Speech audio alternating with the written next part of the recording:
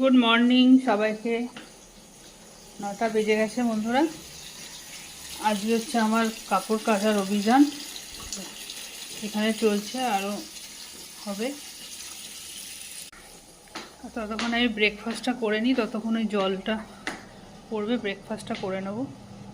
আমার মাছগুলো দেখো, ওরা সকালবেলা উঠলেই না, আমি এখান দিয়ে যাওয়া আসা করলেই মানে খাবারের জন্য ছটফট করে, বুঝতে পারে এরা। এরকম আমার ব্রেকফাস্ট মুড়ি নিয়েছি আজকে। আমার মেয়ে আর বর রুটি খেয়েছে, আর দেখলাম যে আর রুটি নেই, আর কি আটা মাখবে, তো মুড়ি নিয়ে নিলাম আমি, মুড়ি আর চা।